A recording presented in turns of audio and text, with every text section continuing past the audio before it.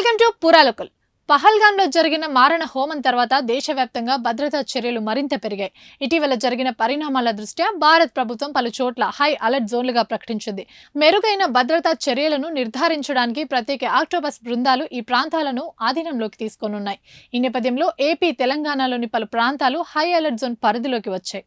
హైదరాబాద్ లో high alert zone పరిధిలో ఉన్న ప్రదేశాలు సికింద్రాబాద్ రైల్వే స్టేషన్, రాజీవ్ గాంధీ అంతర్జాతీయ విమానాశ్రయం, Kukatpally, Nampally, Mahatma Gandhi bus station, tank bund. ఇక ఏపీలో హై అలర్ట్ జోన్ పరిధిలో ఉన్న ప్రదేశాలు ప్రధానంగా తిరుమల, అలిపిరి. విజయవాడలో railway station, Pandit Nehru bus station, MG road. విశాఖపట్నంలో railway station, Ramakrishna beach, Jagadamba junction. అత్యవసరం ఉంటే తప్ప ఈ ప్రాంతాల్లో ప్రజలు సంచరించకూడదని అధికారులు సూచించారు. ఏదైనా అనుమాన కార్యకలాపాలను గమనిస్తే వెంటనే సమాచారం అందించాలన్నారు.